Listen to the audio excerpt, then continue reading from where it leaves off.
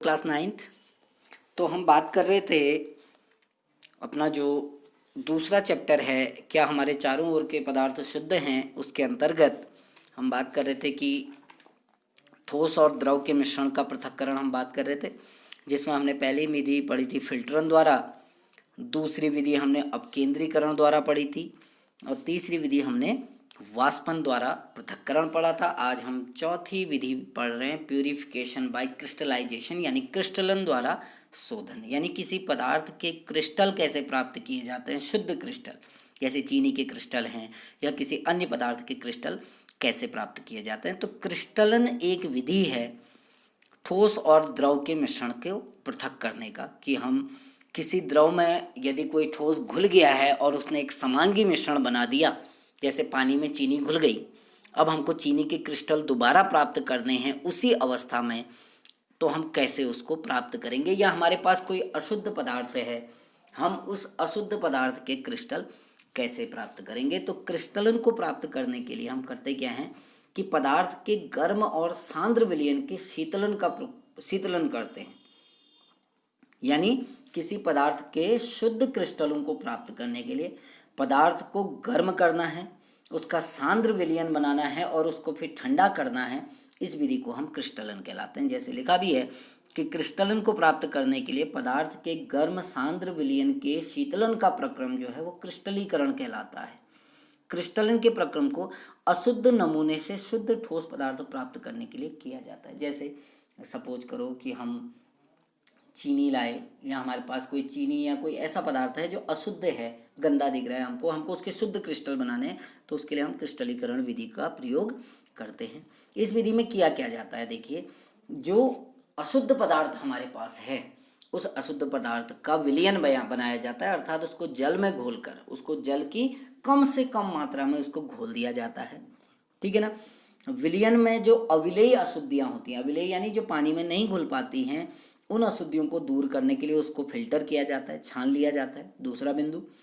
तीसरा बिंदु क्या है कि स्वच्छ विलयन को जल ऊष्मक समझिए कि वाटर बाथ कहते हैं उसको, यानी पानी को गर्म करना है और उसकी भाप में हमने उसको गर्म करना है।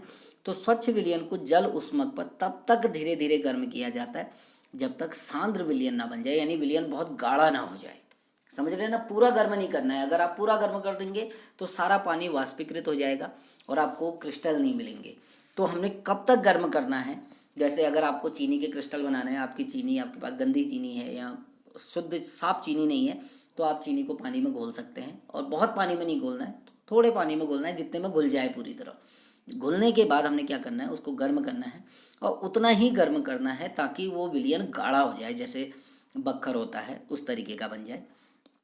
ठीक। उसके बाद हम चौथे बिंदु में क्या करते हैं कि गर्म सांद्र विलयन को धीरे धीरे गर्म करने के लिए रख देते हैं, और फिर क्या होता है, उस विलयन को हटा के कुछ समय तक बिना हिलाए कहीं रख दिया जाता है। जैसे पांचवा बिंदु लिखा है, शुद्ध ठोस के क्रिस्टल बनते हैं, अशुद्धियाँ विलयन में विलय रहती हैं। ठीक। अब इसको मैं वैसे समझा देता हूँ। होता क्या है, देखिए, जैसे आपके पास माना चीनी के क्रिस्टल बनाने हैं, चीनी पानी में घुल गई, ठीक है ना, और आपको चीनी फिर उसी रूप में चाहिए, चीनी की क्रिस्टल चाहिए, तो आप क्या करेंगे, जो चीनी और जो विलयन है चीनी का पानी में घुलने के बाद, उसको गर्म करना है। और गर्म कितना करना है, ताकि चीनी का विलयन क्या हो जाए, गाढ़ा हो जाए। गाढ़ा होने के बाद उस विलयन को बिना हिलाए कुछ समय तक कहीं रख देना है। ऐसे यानी उस विलयन को हमने क्या करना है, ठंडा करना है, और ठंडा ऐसा करना है कि उसको हिलाए ना कोई। उसको हम 24-48 घंटे के लिए कहीं पर रख सकते हैं। रखने के बाद आप अगले दिन जब उसको देखेंगे तो आप देखेंगे उसमें चीनी के क्रिस्टल अलग हो गए और पानी आपका अलग हो गया होगा। जैसे उदाहरण यहाँ पर दिया गया है, देखो, अशुद्ध नमूने से शुद्ध कॉपर सल्फेट प्राप्त करना। अब अशुद्ध नमूना यानी आपके पास कॉपर सल्फेट है लेकिन वो अशुद्ध है, और उससे हमको शुद्ध कॉपर सल्फेट प्राप्त करना है। तो कैसे करेंगे, देखिए, शुद्ध कॉपर सल्फेट प्राप्त करने के लिए क्रिस्टलन या क्रिस्टलीकरण विधि द्वारा अशुद्ध कॉपर सल्फेट को शुद्ध किया जा सकता है। क्या करेंगे, वही विधि है, देखिए, सेम वही मेथड लिखी होगी। अशुद्ध कॉपर सल्फेट के लगभग 10 ग्राम लेने हैं। 10 ग्राम कॉपर सल्फेट को जल की बहुत कम मात्रा में उसको घोल देना है। अब बहुत कम का मतलब आप अनुमान से लेंगे, उतना पानी लेंगे जितने में वो 10 ग्राम कॉपर सल्फेट घुल जाए। दूसरा बिंदु क्या है कि जो अशुद्धियाँ अविलेय होंगी वो तो घुलेंगी नहीं, तो वो सब नीचे बैठ जाएंगी, तो उस कॉपर सल्फेट विलयन को छान लो। छानने के बाद अशुद्धियों को फेंक दो और को आपको एक साफ विलयन प्राप्त हो जाएगा।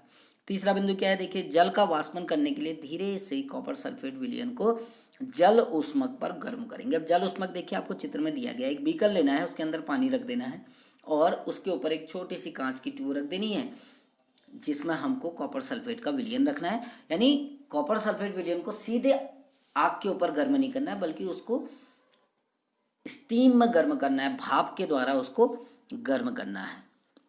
ठीक, और कब तक गर्म करना है, जब तक गाढ़ा विलयन प्राप्त न हो जाए। जब गाढ़ा विलयन प्राप्त हो जाएगा तो उसको गर्म करना बंद कर देना है।